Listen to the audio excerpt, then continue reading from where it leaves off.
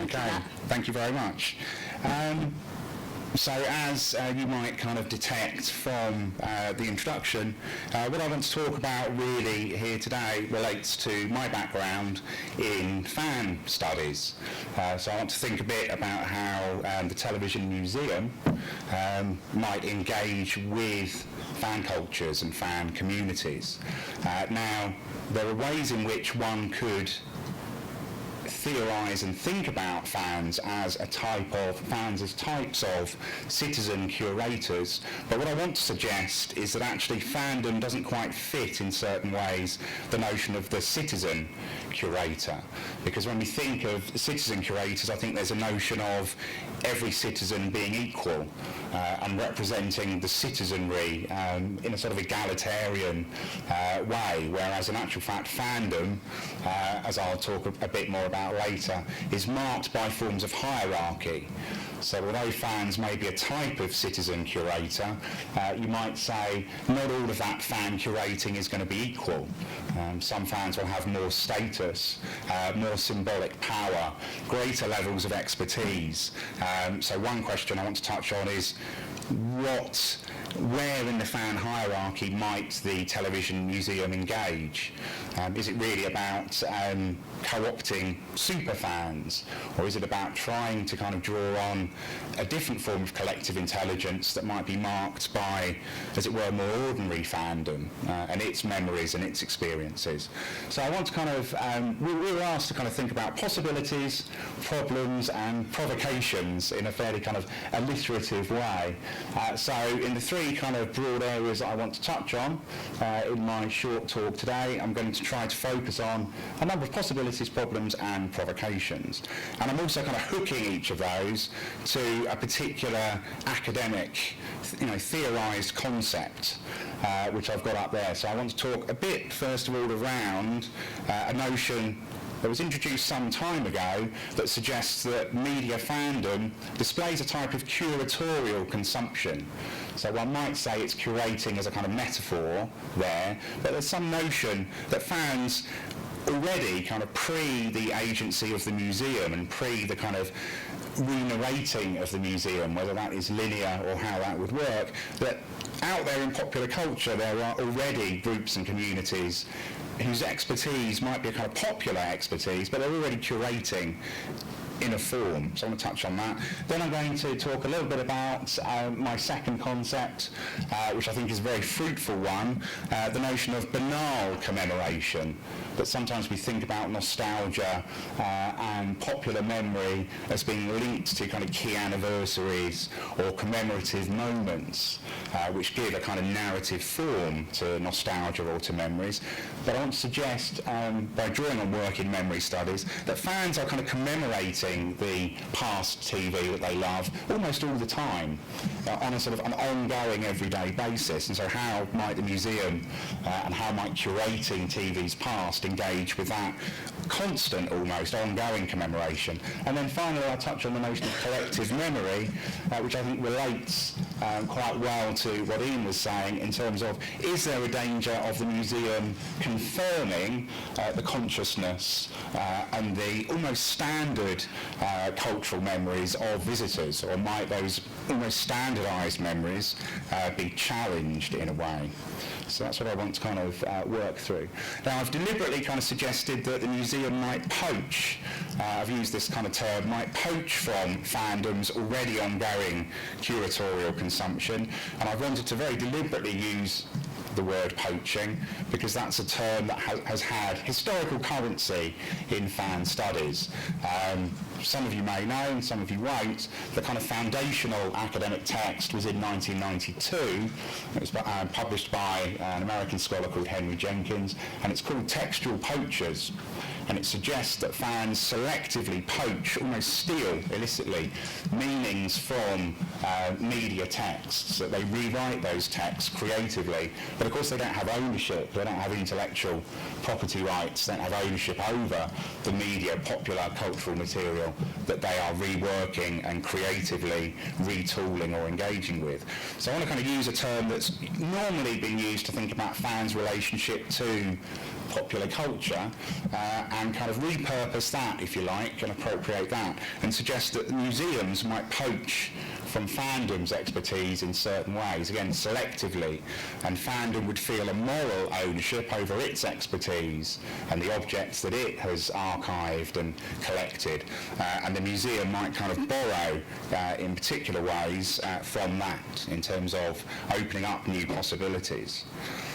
So curatorial consumption was actually theorised in relation to comic book fans initially, but it was pretty much the idea of the fan as collector, the notion that the fan would perhaps buy multiple copies of the same comic, and one they might read, but other copies they would keep, usually kind of bagged in sort of plastic bags with boards behind them to keep these kind of comics in perfect condition, and they would never be handled, in fact. So the idea of kind of preserving right from the word go as a fan what might otherwise be the ephemera of popular culture.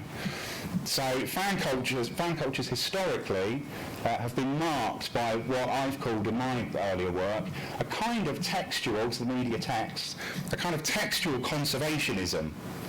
It will often be fans that will not only kind of want to conserve an archived media text, so in relation to my favourite example, Doctor Who, although the BBC may have junked videotapes from the 1960s, so they've lost the kind of master tapes of some early Doctor Who TV episodes, fans had recorded in many cases those episodes, but usually, because of the technology at the time, fans would have audio recordings. So, slightly unusual situation where the Doctor Who fan culture, in some senses, may have a better record, or a more complete, albeit still partial or limited, in terms of only being an audio track, may have a more complete record of the texts themselves than the BBC, arguably. But fans will also, in terms of work on paratext, which could be merchandise, or publicity, or promotion, all the bits of meaning that circulate around the TV text itself, fans are often also paratextual conservationists. They will kind of keep newspaper clippings, for example, in scrapbooks. It's quite a well-known kind of fan activity. They will store all sorts of kind of bits of ephemeral material. They will collect mass-produced merchandise and keep that often in kind of mint condition as well. So ephemera of all types, up to and including the sorts of material we might expect media rights holders to own, like the BBC, or we might expect museums to hold. Private collectors, fans will also hold, so that in some cases. So that can include screen-used props and costumes. Bonhams have had periodic auctions recently, which have been well attended by, has to be said, wealthier fans who have purchased screen-used props and costumes from Doctor Who, going back to the 1960s. So I think it's interesting that the National Media Museum, I don't know if people know, actually recently, it's just finished I think, recently had a Doctor Who related exhibition. Doctor Who and Me, 50 Years of Fans, clearly tied into Doctor Who's 50th anniversary. And that exhibition has already been reviewed in the Doctor Who Appreciation Society newsletter, Celestial Toy Room. And so here's an expert fan, Ian Wheeler, picking up on what, for these fans were the kind of key exhibits in Doctor Who and Me. And one of these was a prop from a 1968, it was a great big life-size robot, a servo robot, from a 1968 episode. And for fans, they're going to kind of evaluate the objects that they will encounter in the museum space. And some will be seen as super rare and more exciting, others will be seen as more quotidian or ordinary, or the type of ephemera that many fans will already own. So there's an issue of fan cultural capital. The value that certain objects will have for these fan visitors, because they are seen to have exclusivity and to be rare, But at the same time, fans with this high level of fan cultural capital, high level of expertise and wealth that they've invested in their fan collection, these super fans will be the kind of fans who may be more likely to already own these objects. So it is possible that the museum, if it's trying to set up this type of exhibit, may need to engage with, in this case, the kind of super fans, the fans who have the costumes and props, because those are going to be the standout items, quite possibly for members of the public, but also for the fan visitor. So I want to suggest that by poaching, by making selective use of already existent, in this case, not BBC collections, but fanish archives, professional curators will clearly still be acting here as kind of poachers making selective meaning as significant gatekeepers, but they will be drawing on, potentially, or this will be a possibility, could be drawing on fan collections to offer up a kind of resource for what we might call, if we accept the notion that fans are already curating, that would position the professional curators as almost meta-curators. They are sort of re-curating the fan-curated collections that are dispersed across the collective intelligence of the fan culture and fan community. And of course there will also be issues and difficulties with this. So here's Marcus Hearn, very much a super fan, a fan expert, who works actually professionally with Hammer on their Blu-ray and digital restorations and makes Blu-ray and DVD extras, and has also written a book, an official BBC Doctor Who book, Doctor Who The Vault, which collects together a kind of visual record of all sorts of Doctor Who ephemera and includes new photographs of costumes and props. And Hearn talks about this book, this commercially available BBC official book, as the idea being he wants to create on the page a kind of museum of Doctor Who. This is how he kind of saw the project. And he said the elements you would actually need to do that are scattered around so many disparate sources, including private collections, that it actually would be very difficult to bring together all these kind of traces of television's past that are held and stored, if you like, within fandom. So there's a difficulty in terms of also engaging with private collectors who are going to be, these will be the super fans who have the rare, expensive items, but might be very wary about sort of almost letting those things out into public space or into the museum exhibit. Secondly, I'd like to think about fans' banal commemoration, and there might be some kind of problems in relation to this. So what I want to suggest here, using this kind of concept from a scholar called Vered Vinitsky-Sarusi, is that fan cultures, in terms of practicing banal commemoration, are effectively remembering, memorialising, yes, commemorating their fan object that they love almost all the time. They're not doing this on a periodic basis in terms of a kind of periodic museum exhibit that might be changed over time or might appear and then disappear or go on tour. And they're not doing this in the way that the media would in terms of picking up on more formal commemorations of the 50th anniversary or particular jubilees. This is a kind of an ongoing basis. It happens on an ongoing basis. One might argue that Doctor Who and Me, 50 years of fans, the National Media Museum exhibit that's just ended, was somewhat misnamed in part. The 50 years of fans was clearly meant to tie in to the formal commemoration and hook into the Doctor Who's 50th anniversary. But you can argue that fan cultures don't appear at the exact moment that the TV text appears. So Doctor Who might be 50, but the fan culture actually, arguably as a community, really only began to coalesce in the 1970s. In the early 70s with the official Doctor Who fan club, these are the lovely acronyms, and then in 1976 with the still running Doctor Who Appreciation Society with the rather kind of clunky acronym of DWOS.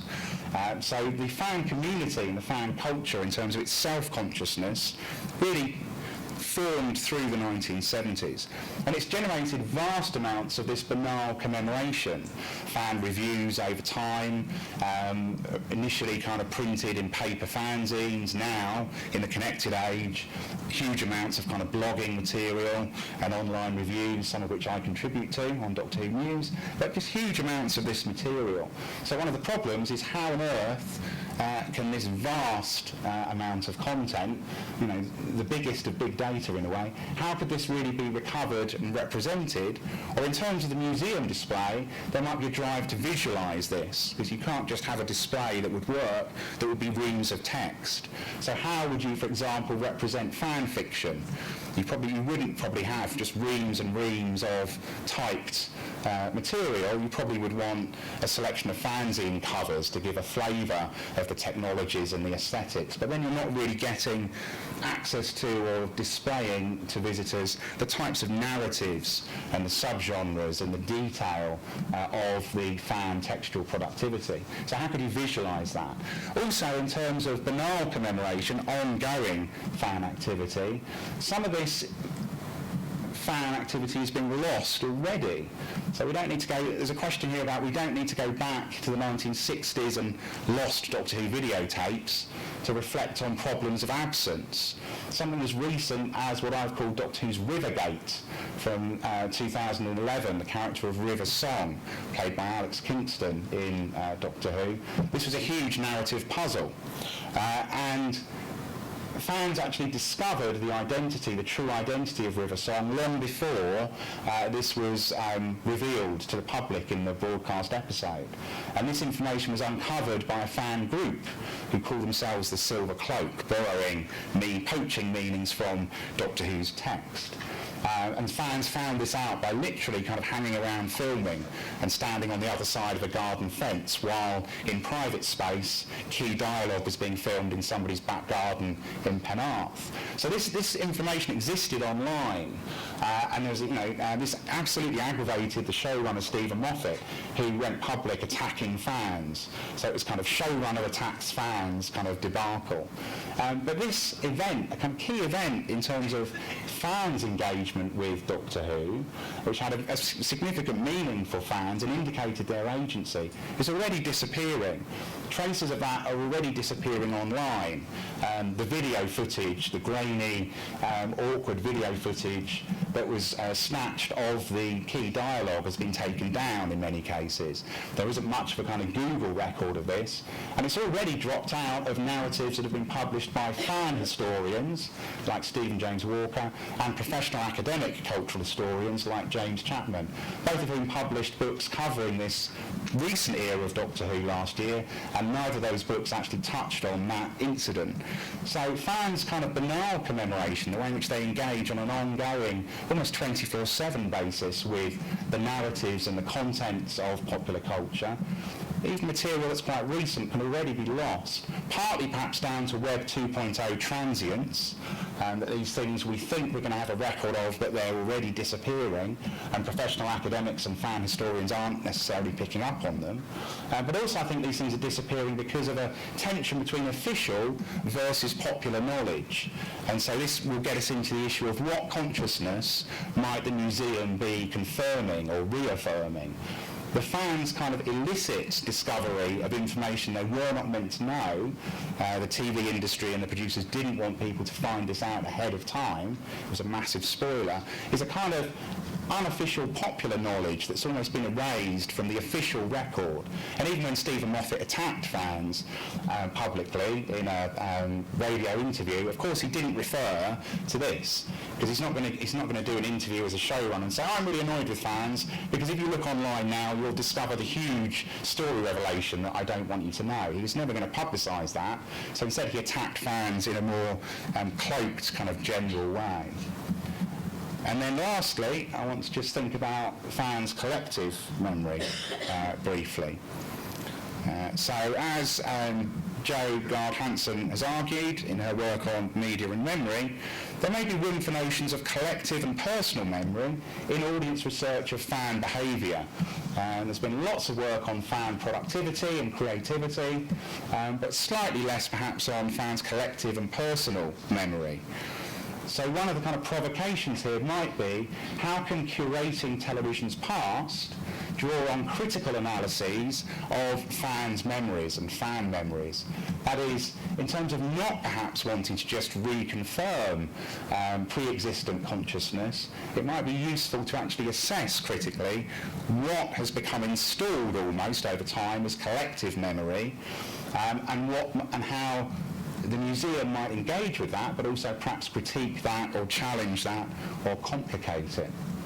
So an awareness of what the cultural patterns are in relation to fan and audience memories, and research on that could be incredibly valuable for curating television's past, because that curation could then display an awareness of these are likely to be the dominant memories or the dominant forms of nostalgia that are narrated culturally, and we can represent these and kind of affirm these, but we can also perhaps challenge them in certain ways. One of my forthcoming journal articles, amongst the raft of those that Kristin mentioned, doesn't think about fan fiction, fanfic. It thinks about fans' factual accounts of their own recollections, kind of autobiographies and fan memories, often just fragments of memory that fans write as short pieces in edited collections. And I call that fan-fac, factual fan writing, or factional, because sometimes it is partly fictionalised. And this gives us evidence that fans are already representing their own memories and their own communal remembrances.